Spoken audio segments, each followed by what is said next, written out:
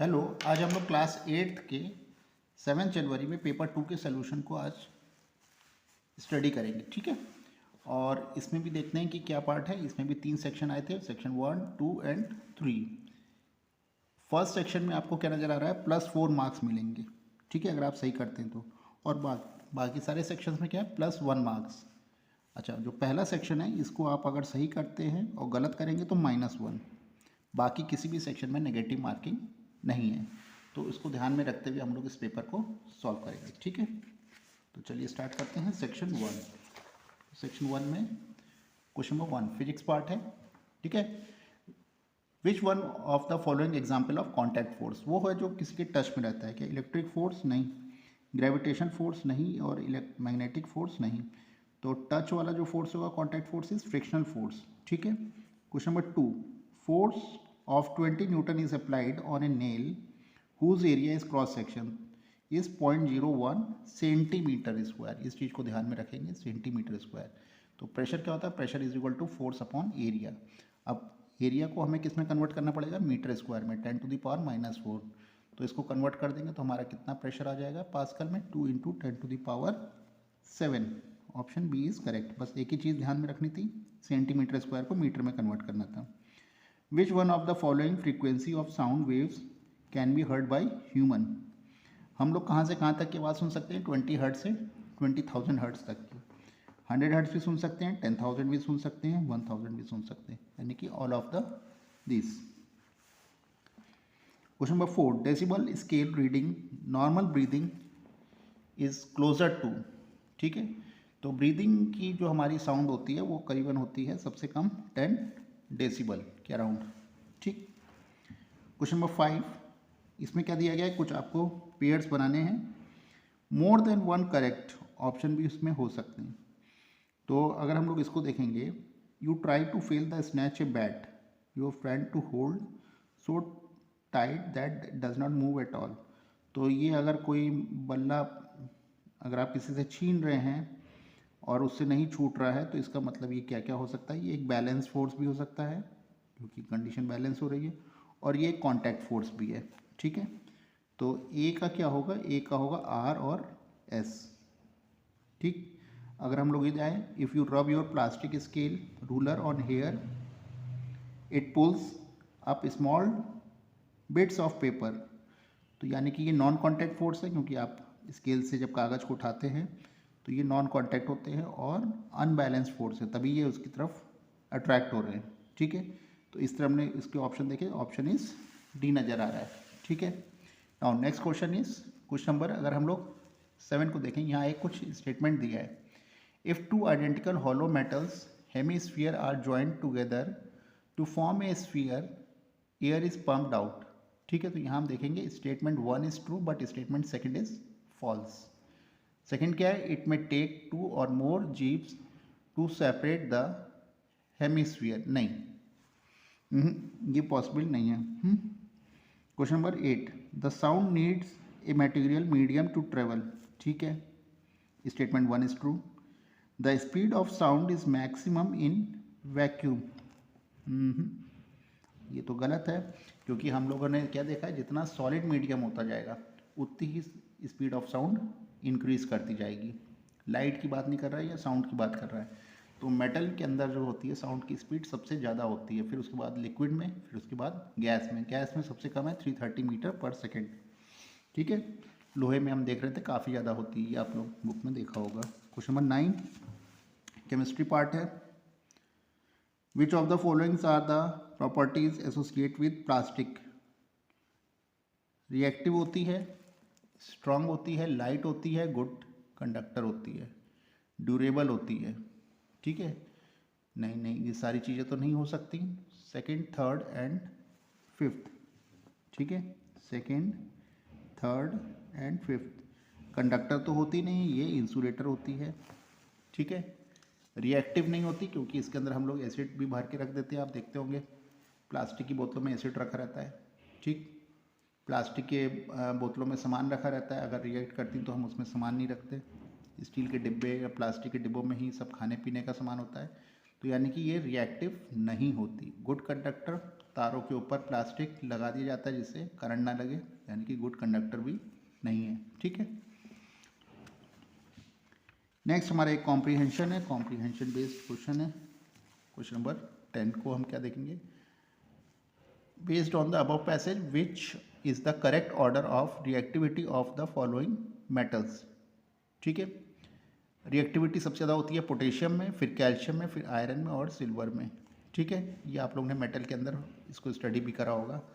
Normal question है। Question number 11 का option C है। ठीक है, आप लोग देख लेंगे। 12th का ऑप्शन फर्स्ट है एंड 13 का ऑप्शन बी है, 14th का ऑप्शन बी है। ठीक है, तो ये सब ज़्यादा इसको देखने की ज़रूरत नहीं है, आप लोग एक बार खुद देख लीजिएगा और इसमें डिस्कस करने का ऐसा कोई पॉइंट नज़र नहीं आता। मेटल्स आर सोलोरस, ठीक है, यहाँ पे आप देख लीजिएंगे। Assertion is correct. 16 का डी। ठीक है, फिर बायोलॉजी में आ जाते हैं। बायोलॉजी में भी ज़्यादा डिस्कस करने की जरूरत नहीं है। 17 का सी है, 18 का ए है, 19 का डी है और फिर रेड डाटा बुक 20th का सी है, 21 का डी है, 22 का डी है। Which find out the incorrect match. ठीक है, तो यहाँ पे इस चीज़ को ध्यान रखेंगे, करेक्ट मैच देखना है कि इनकरेक्ट मैच देखना है। ठीक, इन दोनों में क्या है, इनकरेक्ट मैच देखना है। इस चीज़ को आप यहाँ पे क्वेश्चंस पे ध्यान रखेंगे। ठीक, इनकरेक्ट मैच देखना था। क्वेश्चन नंबर 23, यहाँ पे भी आपको क्या ध्यान देना है, इनकरेक्ट। ये पूरे पेपर में यही एक, यहाँ पे इन सब चीज़ों में ध्यान देने की ज़रूरत है। सब इनकरेक्ट मैच है।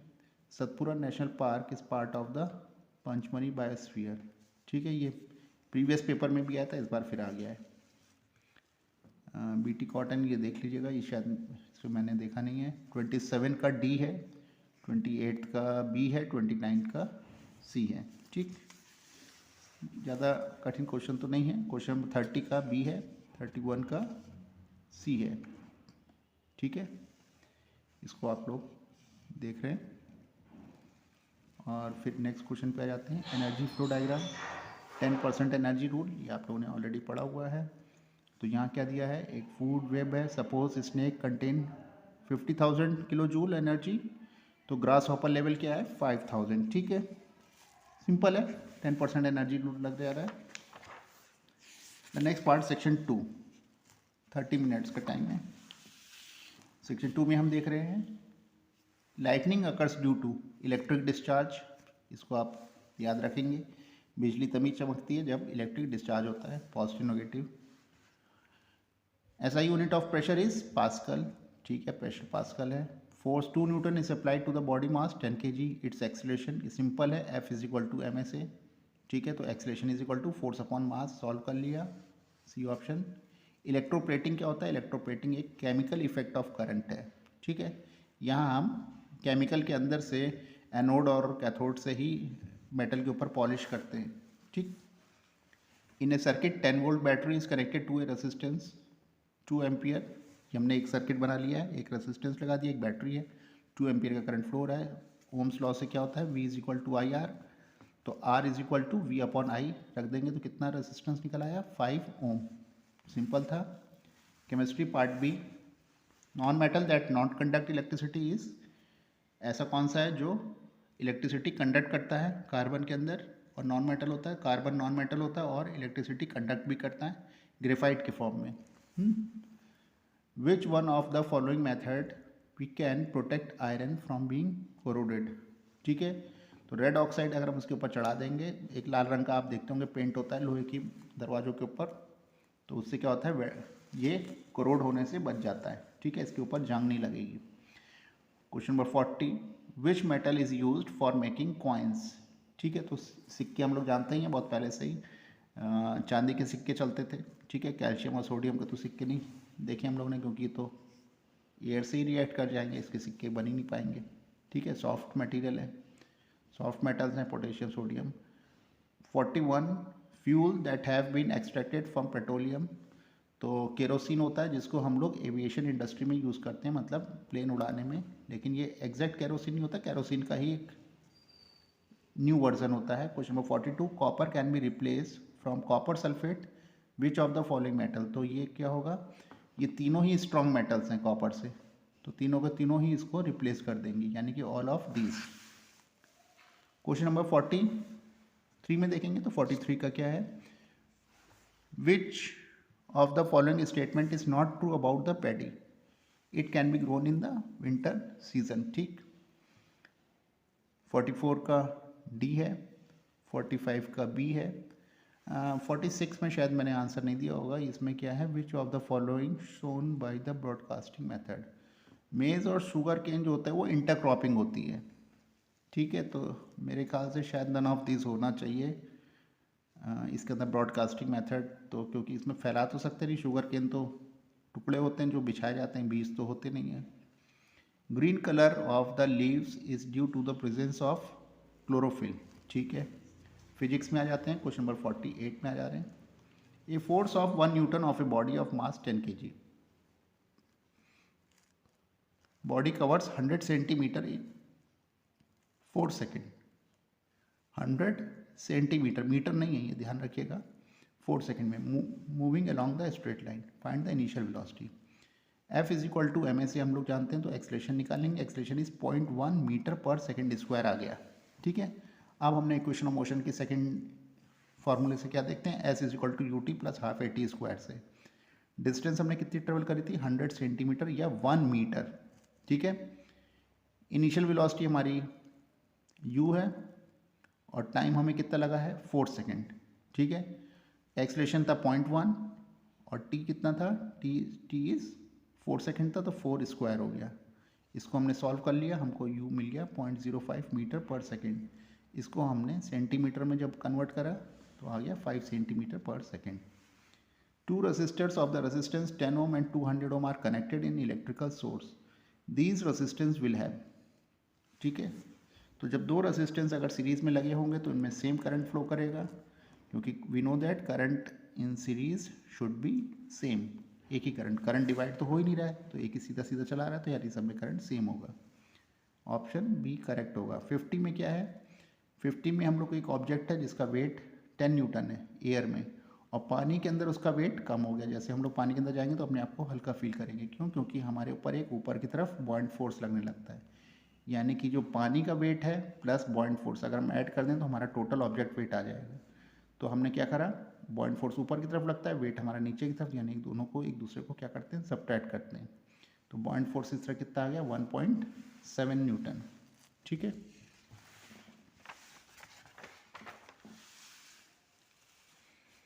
यहाँ पे हमें एक तीन कुछ वेसल्स दी गई हैं जिसमें अलग अलग डेप्थ पे हमारा एक कोई टुकड़ा है वो उस पर डाल दिया गया है। द 3 वेसल्स, नहीं हमें प्रेशर बताना है, यहाँ 3 वेसल्स हैं, अलग अलग पानी भर दिया गया हाइट तक का, इसमें 8H भरा गया है, इसमें 4H भरा गया है और इसमें H भरा गया है। तो ये शायद मुझे देखने में लग रहा था कि टुकड़ा ही नहीं, ये इसकी डेंसिटी दे रखी है, रो, इस पानी की डेंसिटी 4 रो है और इस पानी की डेंसिटी 8 रो है, ठीक है। अब हम क्या जानते हैं, pressure is equal to rho g h, ठीक है। रो मीन्स डेंसिटी, ग्रेविटी, और ये तो आपका हाइट मीन्स डेप्थ कितनी, मतलब जितनी पानी की भरा हुआ है पानी। तो इसमें अगर हम सब में रखते चले जाएंगे सबकी वैल्यूज़, तो डेंसिटी इसमें रो थी पहले वाले में, हाइट थी 8H, तो निकल कर आ गई 8 रो। दूसरे वाले की क्या निकल कर आ गई, हाइट 4 थी, डेंसिटी भी 4 हो गई, 4 4 16 रो हो गई, ठीक है। 16 प्रेशर हो गया, 16P। और थर्ड वाले में प्रेशर हम देखते हैं 8 रो GH, यानी कि 8 प्रेशर हो गया, मतलब प्रीवियस प्रेशर का 8 टाइम्स हो गया। तो पहले वाले में भी 8 है, दूसरे वाले में 16 हो गया, तीसरे वाले में 8 है, यानी कि रेशियो क्या हो गया, 1:2:1। तो ऑप्शन डी इज़ करेक्ट।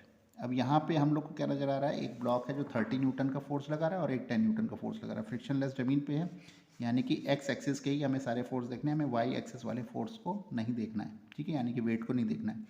तो 30 न्यूटन का इधर से लग रहा है, 10 न्यूटन का इधर से लग रहा है, इसका मतलब 20 न्यूटन का लेफ्ट टू राइट साइड में फोर्स लग रहा है। तो यहाँ पे डायरेक्शन तो पूछा नहीं गया, बस केवल मैग्नीट्यूड पूछा गया, कितना फोर्स लग रहा है एक्स एक्सिस पे। तो X axis force is 20 newton, ये ऑप्शन इज करेक्ट, ठीक, सिंपल था। 53 का which following the electrical wire, simple है, copper.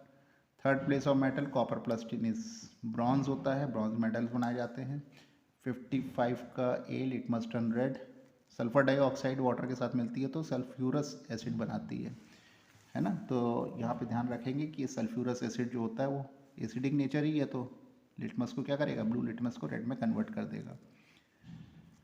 56 non metal use for the reduction of iron और कार्बन, ठीक है, तो आप लोगों ने एक्सट्रैक्शंस में देखा होगा। और 57 among of the following coal has been the highest content of carbon, anthracite, ये भी सब आप लोगों ने ऑलरेडी पढ़ रखा है 7th 8th में।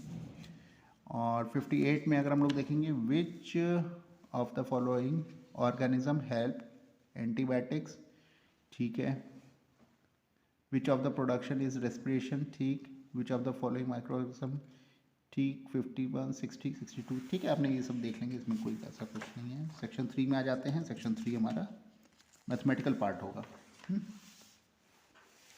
मैथमेटिकल पार्ट में देखते हैं क्या क्या है।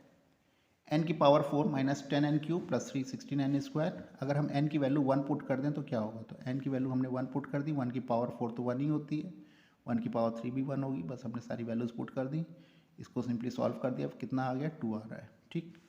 81/100, ये तो सिंपल है, 81 9 9 से 81 9 आ गया ऊपर का और नीचे का अंडर रूट 10 आ गया, यानी कि 0.9 आ गया।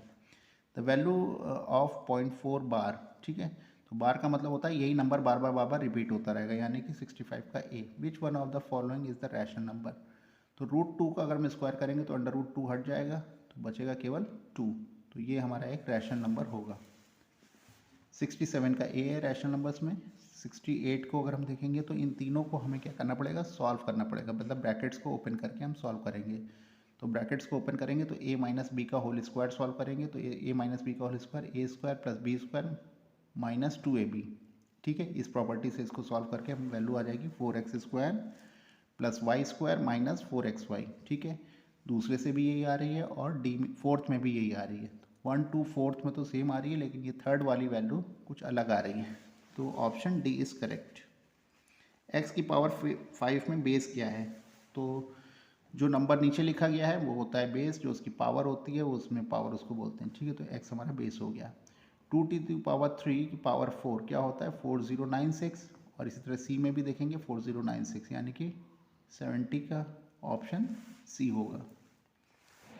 यहाँ पे हमें क्या दे रखा है, ABCD एक क्वाड्रिलेटरल हैं, ठीक है, और सारे ही एंगल्स अलग अलग हैं, 3 7 6 4, तो हमको कहना चाहता है रोम्बस हो चाहे ट्रेपीजियम हो चाहे पैरेललोग्राम हो, इनमें एक सिमेट्री होती है, इनमें अपोजिट एंगल्स हमेशा आप देखेंगे आपको इक्वल नज़र आएंगे, और इक्वल नज़र आएंगे तो वो हमें इस रेशियो में इक्वल आने चाहिए थे, यहाँ पे इक्वल तो नज़र नहीं आ रहे, तो ऐसा कौन सा हो सकता है, ट्रेपीजियम एक ऐसी शेप बन सकती है जो अनइक्वल एंगल्स बना सकती है, ठीक है, अगर आप सिमेट्रिकल ट्रेपीजियम ना बनाएं तो आप ये फॉर्म इसमें पा सकते हैं, तो 71 का सी होगा।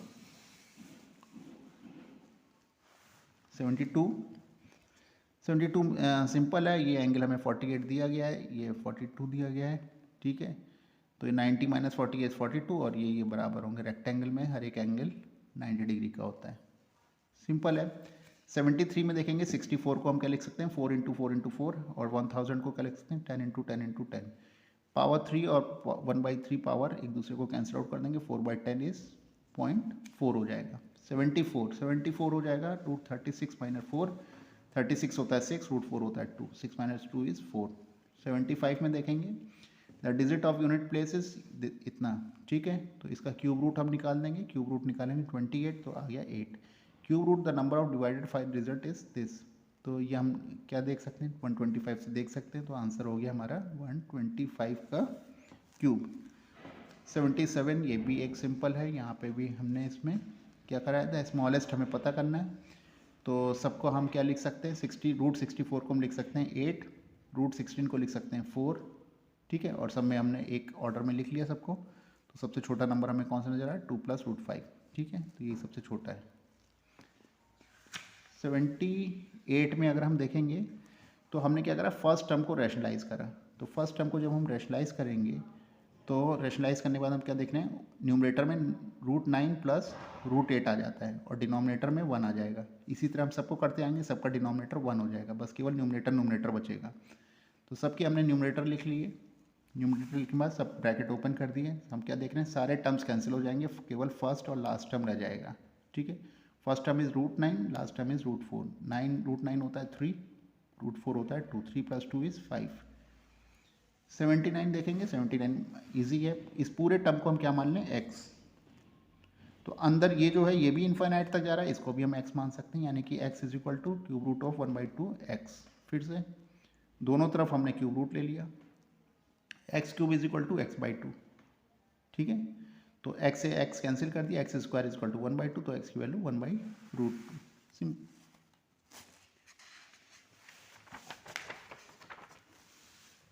नेक्स्ट में हम लोग देख रहे हैं क्वेश्चन नंबर 80 में। यहाँ पे हम लोग आइडेंटिटी लगा देंगे, a³ + b³ + c³ वाली आइडेंटिटी लग जाएगी। ठीक है, तो यहाँ हमने क्या करा, फर्स्ट टर्म को a मान लिया, सेकंड टर्म को b मान लिया, थर्ड टर्म को c मान लिया। अब हम क्या जानते हैं, a + b + c = 0। ठीक है, ये हम लोग को दिया गया है, और क्योंकि x की पावर 1/3, ये 1/3, z 1/3 = 0, तो इसका मतलब a + b + c = क्या है, 0। और ये अगर हम इस आइडेंटिटी में देखें कि a + b + c अगर 0 है तो ये पूरा टर्म ही 0 हो जाएगा राइट साइड, तो केवल लेफ्ट साइड बचेगी। लेफ्ट साइड यानी कि a³ b³ c³ = 3ab हो जाएगा। तो a³ b³ c³ कितना हो जाएगा, 3ab हो जाएगा। अब हमने डायरेक्ट सबकी x की फिर से वापस वैल्यू रख दी, 1/3 3 से कैंसिल हो जाएगा, तो x + y + z आ जाएगा, which is equal to this, और यही हमें पता लगाना था। ठीक है, तो ये आंसर आ गया हमारा, सी ऑप्शन करेक्ट है। 81 में अगर हम लोग देखेंगे तो ये क्या है, 3 की पावर 5 नज़र आ रहा है और 49 7² नज़र आ रहा है। सॉल्व कर देंगे, 3/7 सिंपल है। 82 इज़ ऑल्सो सिंपल। यहाँ पे क्या, किन्हीं भी दो नंबर, हम क्या जानते हैं, 5 को किसी से भी मल्टीप्लाई करें तो या तो वो 0 आएगा या फिर 5 आएगा, ये हम लोग जानते थे, किसी लास्ट टर्म इज़ 5। और अगर ये 0 तब आएगा जब ये किसी इवन नंबर से मल्टीप्लाई होगा, ऑड से मल्टीप्लाई होगा तो हमेशा 5 ही आएगा। तो लास्ट टर्म हमारा क्या आएगा, इज़ 5 ही आएगा। ठीक है, तो 82 का सी। यहाँ पे 83 में ध्यान देने वाली बात है कि इन्होंने बस यहाँ पे एक थ्राइस लिखा हुआ है, ये हम लोग नहीं देख पा रहे हैं, बाकी अब सिंपल है। 3x - x = 60। ये वैल्यू अगर ये दोनों लोग साथ में मिलकर काम करेंगे तो ये कितना हो जाएगा, 1/30 1/90 22.5 डेज। सिंपल क्वेश्चन है, ठीक है, इसमें कुछ खास कठिन नहीं था। 84 में क्या दे रखा है, एक रेक्टेंगल है उसका पेरीमीटर और एक पैरेललोग्राम है उसका पेरीमीटर। तो हम क्या जानते हैं कि जो अपोजिट साइड्स हैं ये तो दोनों में इक्वल हो गई। ठीक है, पर जो ये जो परपेंडिकुलर है और ये साइड, तो हमको डेफिनेटली ये हाइपोटेन्यूस जैसा नज़र आ रहा है, तो ये हमेशा बड़ी होगी आपके इस परपेंडिकुलर से। तो यानी कि जो पैरेललोग्राम का जो पेरीमीटर है वो हमेशा बड़ा होगा एक रेक्टेंगल से। ठीक है, तो P1 > P2। The largest number among the following. ठीक है, तो ये तो डायरेक्ट ही नज़र आ रहा है। 86 वेरी सिंपल क्वेश्चन है। यहाँ पे हमें सीधा सीधा ये जो लिखा हुआ है एक आइडेंटिटी है, p+1 का होल क्यूब दिया गया है। क्यूब से क्यूब कैंसिल हो जाएगा, p+1 आ जाएगा, और p की वैल्यू दे रखी है 999, 999 + 1 = 1000। ठीक है, 87 में हमने फिर से वही आइडेंटिटी का यूज़ करा है, a³ b³ + c³ वाली आइडेंटिटी का, और इसको हमने क्या करा है, ये हमें पूरी आइडेंटिटी की सारी वैल्यूज़ ऑलरेडी दी गई हैं। ये वैल्यूज़ एक, इसको हम मान लेंगे a + b + c की जगह हम रख दें, इसको x y b y इसको मतलब यहाँ पे रख दें -1, और x y z हम यहाँ पे रख दें। ठीक है, सबको हम सॉल्व कर दें, सारी वैल्यूज़ रख दें, तो x³ y³ z³ की हमें डायरेक्ट वैल्यू आ जाएगी, विच इज़ इक्वल टू 3। ठीक है, सिंपल एकदम। क्वेश्चन नंबर 88 में देखते हैं। 88 में क्या है, the sum of the diagonals of the rhombus is 12 centimetre, perimeter इतना दिया गया, देन द लेंथ। तो हमको ये जो डायमीटर दिए गए हैं, नहीं सॉरी, ये डायगोनल्स दिए गए हैं, ये बी और बी क्योंकि मिड पे कट करते हैं, और ए ये भी मिड पे कट करते हैं, तो पूरे जो डायमीटर हो जाएगा 2a + 2b = 12, the sum of all the diagonals, तो a + b = 6। अब हम यहाँ पे देखेंगे इस पेरीमीटर, तो a² b², यहाँ पे हमने क्या देखा, जो इनके डायमीटर्स होते हैं एक दूसरे को 90 डिग्री पे, जो डायगोनल्स होते हैं एक दूसरे को 90 डिग्री पे कट करते हैं। ठीक है, तो यहाँ पे हम एक सिंपल एक पाइथागोरस थ्योरम लगा सकते हैं, a² + b² = हाइपोटेन्यूस का स्क्वायर। ठीक है, उसको रख के सॉल्व कर दिया और हमें a और b की वैल्यू आ गई। अगर a और b आ गई तो इनका डबल वैल्यू हमारे डायगोनल्स की लेंथ होगी, तो डायगोनल्स की लेंथ हो जाएगी 8 और 4। सिंपल है। 89 भी हम लोग देख रहे हैं, 3 रेशियो दे रखे हैं a b c। ठीक है, तो इसको हम डायरेक्ट इनकी वैल्यू रख देंगे तो हमको ऑप्शन आ जाएगा डी। अब हम इसमें देखते हैं 90 में, क्वेश्चन नंबर 90, a² + 1y। इसमें हम इन तरह क्वेश्चन में हम जानते हैं दोनों तरफ क्या कर दें, होल स्क्वायर कर दें, दोनों तरफ होल स्क्वायर रख के सॉल्व कर दिया, डायरेक्ट 98 आ गया, सिंपल था। Question number 91 and 92 percentage base है। ए हमारा क्या है 25% हायर है यानी कि 125 अपॉन बी यानी कि बी से, इसका मतलब इसका उल्टा भी होगा, बी उससे 25% कम है यानी कि B is equal to 100 upon 125 of A, यानी कि कितना कम है 80% ऑफ ए, ये इन्होंने दे रखा है। ठीक है, तो इसका मतलब कितना कम हो जाएगा वो ए से 20%, 80 इधर हो गया तो 100 माइनस 80 इज 20। 92 में अगर हम देखेंगे 10% discount is allowed on the market price of an article. ठीक, तो यहाँ पे हमारे दो केस बन रहे हैं, थोड़ा ध्यान से देखेंगे। यहाँ पे मार्केट प्राइस हमारा मान लीजिए हमने 100 रुपीज़ है, तो सेलिंग प्राइस है 90, क्योंकि हमने उस पर 10% डिस्काउंट दे दिया। ये तो हो गया हमारा केस 1। तो हमारा जो कॉस्ट प्राइस हो गया वो एक्चुअल में कितना हो गया, कॉस्ट प्राइस इज 75, क्योंकि हमने उसको 20% प्रॉफिट में बेचा है। ठीक है, 25% प्रॉफिट में बेचते तो वो हो जाता 100, तो हमने उसको 75 में तो कॉस्ट प्राइस पड़ा होगा, 90 में उसको बेचा है। अब न्यू डिस्काउंट सेकंड केस में 20% डिस्काउंट करके बेच रहे हैं मार्केट प्राइस से। तो मार्केट प्राइस 100 में था तो हम उसको 20 रुपये कम करके बेच रहे हैं। कितने में बेच रहे हैं, 80 रुपये में। अब हमको प्रॉफिट कितना हो रहा है वो देखें, तो प्रॉफिट हमें हो रहा है 80 माइनस 75, क्योंकि 75 का ही एक्चुअल प्राइस पड़ रहा था पुराने में देखेंगे। तो अब हमें प्रॉफिट पहले से कम हो रहा है, कितना हो रहा है 6.66% का हमें प्रॉफिट हो रहा है। पहले हमें 20% का प्रॉफिट हो रहा था, अब अगर हम ज़्यादा डिस्काउंट कर देंगे तो हमें प्रॉफिट कम हो जाएगा। तो सी ऑप्शन इज़ करेक्ट। तो ये पूरा पेपर सॉल्व हो गया। Thank you.